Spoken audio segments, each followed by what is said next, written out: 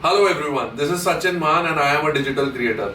बहुत से लोगों ने मेरी रील्स, शॉर्ट्स और व्लॉग्स देखे ही होंगे, बट जिन्होंने नहीं देखे तो उनको मैं बता दूं, आई एम अ डिजिटल क्रिएटर जो कि बहुत सारा आप लोगों के लिए कंटेंट क्रिएट करता रहता है। कंटेंट क्रिएटर से पहले मैं जूडो प्लेयर था जिसने बहुत सारे इंटरनेशनल मेडल्स जीते हैं। How I became digital creator from an international judo player, आज का व्लॉग होने वाला है। उसी के ऊपर आप लोगों को वो सारी बातें पता चलेंगी मेरे बारे में जो भी आप लोगों को अभी तक नहीं पता है या फिर आप लोगों को गलत बताई गई है, क्योंकि मैंने बहुत सारे यूट्यूब और इंस्टाग्राम पे व्लॉग्स और रील्स वगैरह देखी जिसमें लोगों ने गलत इंफॉर्मेशन पास करी हुई है about my height, about my weight, about my career, about my previous career. सारी चीजें आपको इस व्लॉग के अंदर मिल जाएंगी। So stay tuned guys, we will be back.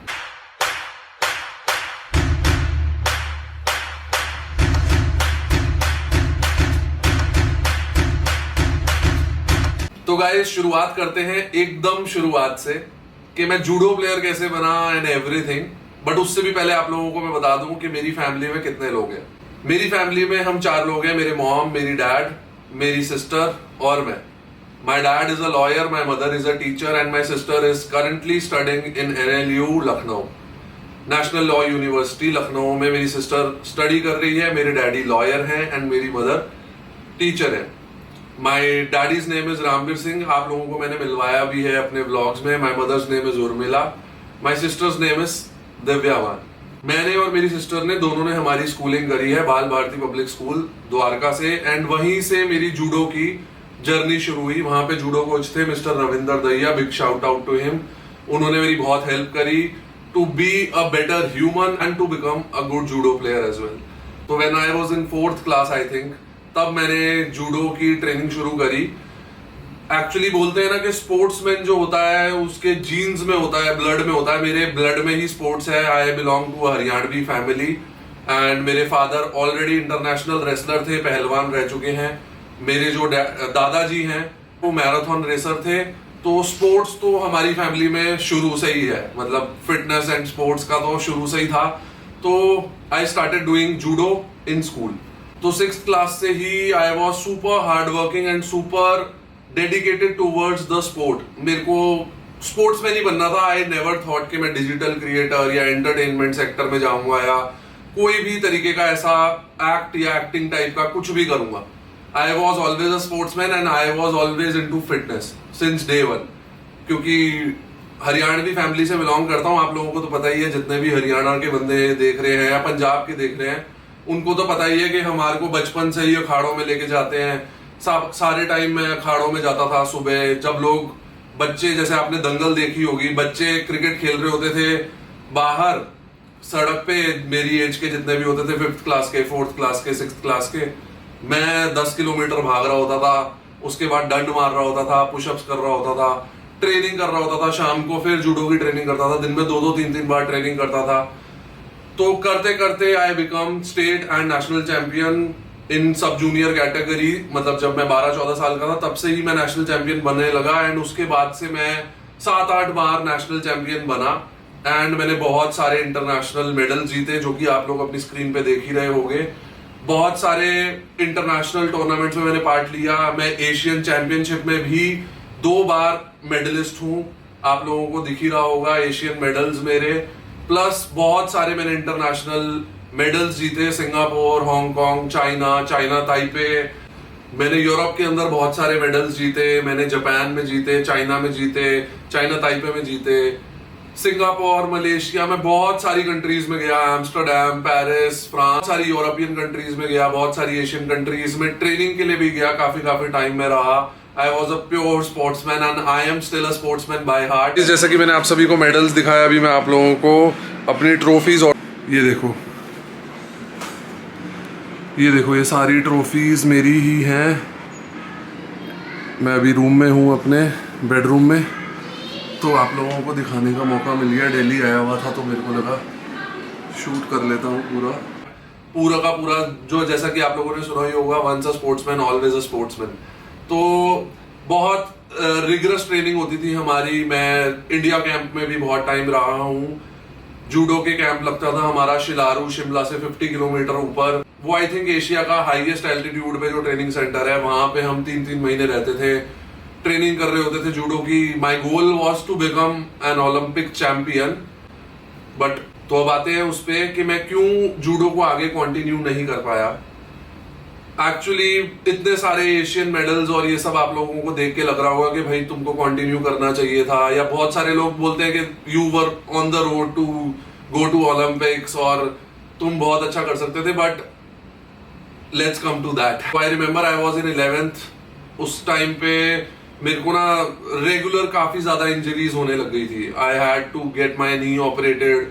उसके बाद मेरी कॉलर बोन ब्रेक हो गई थी, फिर मेरा हाथ में भी फ्रैक्चर हो गया था। बहुत सारी मेरे को इंजरीज लगातार लेवल पे होने लगी थी, जिससे ना मेरे को आ गया काफी बड़ा गैप इन कंपटीशन। मतलब मैंने 1-1.5 साल तक कंपटीशन ही नहीं लड़ पाया क्योंकि इंजरीज हो गई थी। उसके बाद I again went to play Asian championship. मैं डायरेक्ट नेशनल्स में दोबारा जीता, सारी इंजरीज को रिकवर करके, एंड देन एशियन चैंपियनशिप खेलने भी गया इन किर्गिस्तान में। लास्ट कंपटीशन खेला, उससे पहले इंडिया में भी एशियन चैंपियनशिप हुई थी, मैंने वो भी खेली थी। बट सारी इंजरीज को ओवरकम करके दोबारा से नेशनल चैंपियन बन के दोबारा मैं किर्गिस्तान गया एशियन चैंपियनशिप खेलने। वहां पे भी मैंने अच्छा परफॉर्म किया, बट वहां पे I was not the winner. तो बहुत डिसहार्टनिंग हो जाता है जब आप एक अच्छे लेवल पे जाके आपकी इंजरीज को ओवरकम कर रहे हो and you do not quit. तुमको क्विट नहीं करना है। Man I want to be a champion, I want to be an Olympic champion. But उसके बाद बहुत सारी कुछ इंटरनल चीजें भी हो रही थी जूडो फेडरेशन के अंदर, क्योंकि आप लोगों को पता ही होगा, आप लोगों ने जूडो का ज्यादा नाम भी नहीं सुना होगा। आप लोगों ने रेसलिंग का फिर भी सुना होगा, दंगल मूवी भी देखी होगी। रेसलिंग में अगर आप दंगल भी लड़ रहे हो तो भी आप लोगों को बहुत सारे लोग जानते होते हैं। But judo is not that level of sport in India, that level of famous sport जितना कि जैसे कि क्रिकेट है। क्रिकेट तो सबसे ही ज्यादा है, क्रिकेट हो गया, कबड्डी हो गई, रेसलिंग फॉर दैट मैटर, ये सब थोड़े रिकॉग्नाइज स्पोर्ट्स हैं। Judo is not a recognise sports.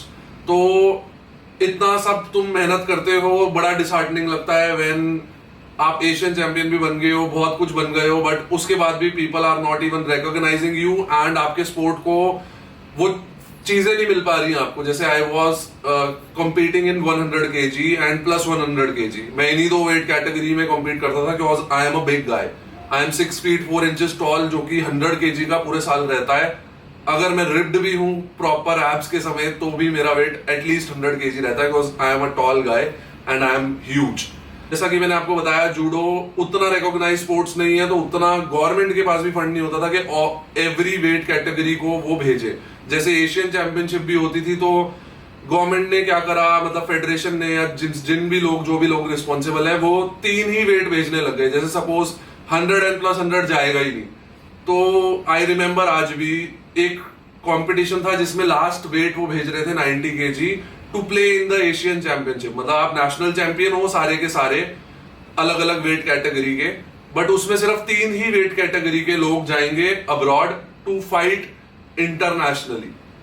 तो आपको बड़ा डिसहार्टनिंग हो जाता है। तो गाइस आई रिमेम्बर कि मैंने खुद भी लोगों से ऑफिशियल से बात करी थी कि I can fund my self, I am from a good family, I can fund my self, मेरे वेट को आप लोग भेज दो, मैं ऑलरेडी उस वेट कैटेगरी में नेशनल चैंपियन हूँ। But still it was not possible. तो बहुत बहुत बहुत डिसहार्टनिंग हो जाता है कि तुम्हारा वेट ही नहीं भेज रहे हैं। तो मैं आई रिमेम्बर 115 kg से I had to cut down to 90 kg। मेरे बॉडी में पावर ही नहीं बची थी, उतना लेवल पे I had to cut down. तो उसके बाद मेरे को बहुत ही मेजर एक इंजरी हो गई। इतना सब चल ही रहा था डिसहार्टनिंग, एंड एकदम से एक इंजरी हो गई। मेरा चेस्ट पैक टीयर हो गया था वेट ट्रेनिंग करते हुए। बेंच प्रेस कर रहा था मैं ऑलमोस्ट 200 समथिंग kgs की, एंड मेरा पैक टीयर हो गया था। जैसा कि आपने स्क्रीन पे देखा, बहुत सारे बॉडी बिल्डर्स का आप लोगों ने देखा होगा, ये हो जाती है। This is a common injury जो कि बेंच प्रेस करते टाइम लोगों को हो जाती है, जो हैवी वेट ट्रेनिंग करते हैं। आप लोगों को हैवी करना पड़ता है, जो भी एक एलीट एथलीट है, चाहे वो बॉडी बिल्डिंग में हो चाहे कोई भी वेट में हो, वो अपना एक्सट्रीम देने की कोशिश करता है। तो उस टाइम पे वो इंजरी हो गई और मेरे को अगेन 6-8 महीने का गैप आ गया। एंड 6-8 महीने के गैप होने के बाद कोविड आ गया। तो कोविड आने के बाद इट वॉज लाइक के 2 साल का तुमको गैप हो चुका है ऑलरेडी। कंटिन्यू करना भी चाहते हो but it is an unrecognised sports, आपका वेट नहीं बेचते हैं, इंटरनल चीजें होती रहती हैं, चाहे उसको आप पॉलिटिक्स कह लो चाहे कुछ भी कह लो।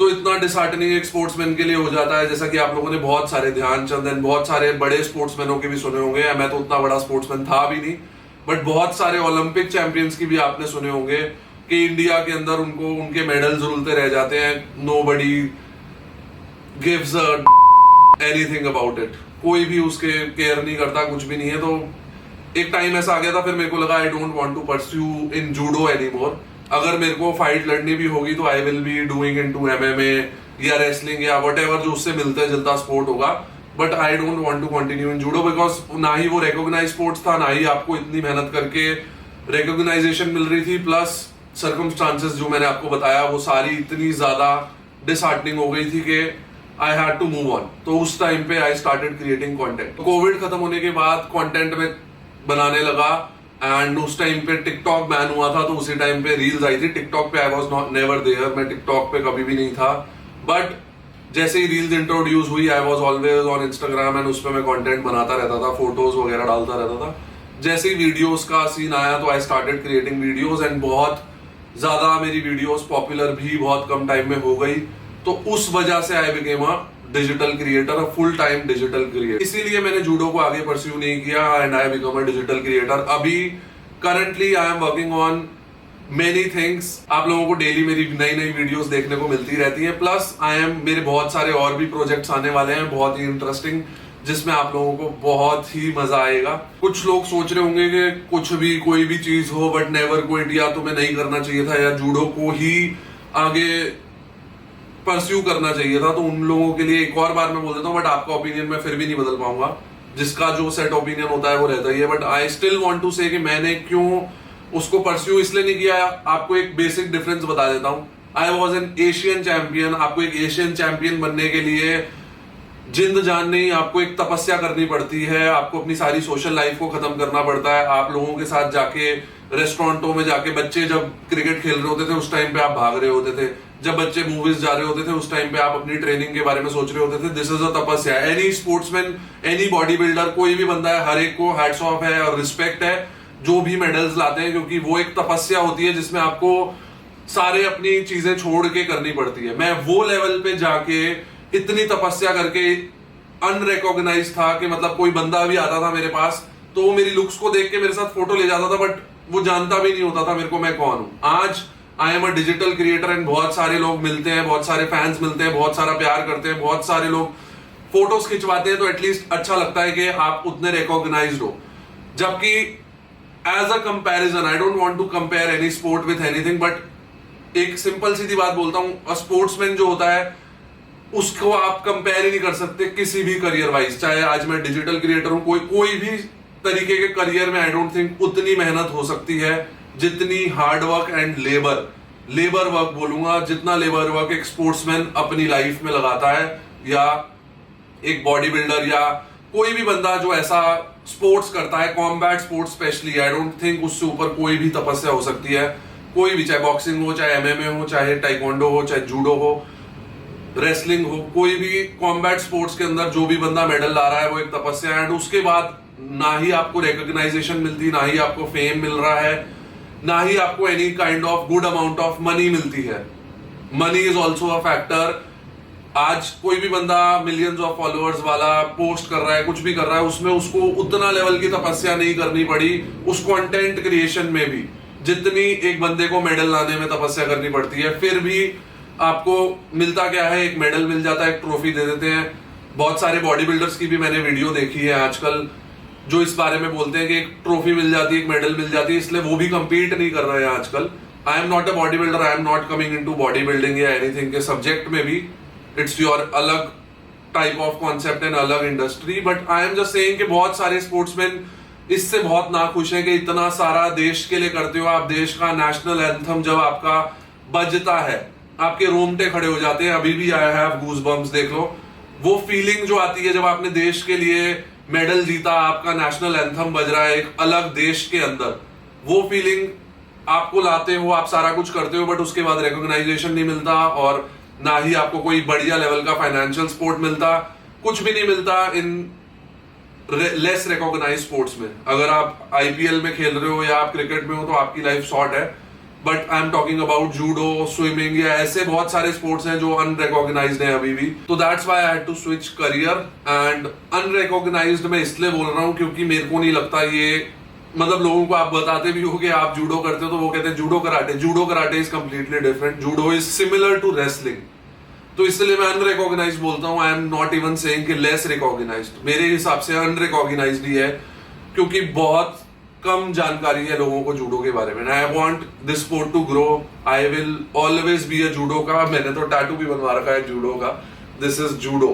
आई have huge love for my game, but I want to see कि कोई ये ज्यादा बढ़े. एंड बहुत सारे अच्छे प्लेयर मेरे साथ में भी थे जो आज नहीं कॉम्पीट कर रहे हैं. मैंने उनसे भी मेरी बात होती रहती है. अलग अलग बहुत अच्छे अच्छे प्लेयर जो सच में ओलंपिक्स में जाके मेडल ला सकते हैं, वो इन्हीं वजहों से छोड़ भी देते हैं. तो अगर बाय चांस मेरी ये वीडियो किसी ऑफिशियल तक भी पहुंचे तो please look into it. And I also want to thank few of my coaches जिनकी वजह से आज मैं यहाँ पे हूँ. One of them is Ravindra Dahiya, another one Yashpal Solanki, and another one Naresh Arya ji from Palam. Thank you so much. जो भी है, आप मेरे मेंटोर्स बहुत अच्छे रहे हैं, मेरे कोचेस बहुत अच्छे रहे हैं, मेरे पेरेंट्स इतने अच्छे थे कि I had a real good life and real blessings. सबकी मेरे को बहुत सारे अच्छे मेंटोर्स मिले, तो थैंक्स आप सबको. This is my story. This is how I became a digital creator, switching from an international judo player. My heart, I love sports, I love sportsman. सारे लोगों को बहुत बहुत प्यार, जितने भी मेरे स्पोर्ट्समैन हैं. No hard feelings to any official या किसी को भी कभी भी.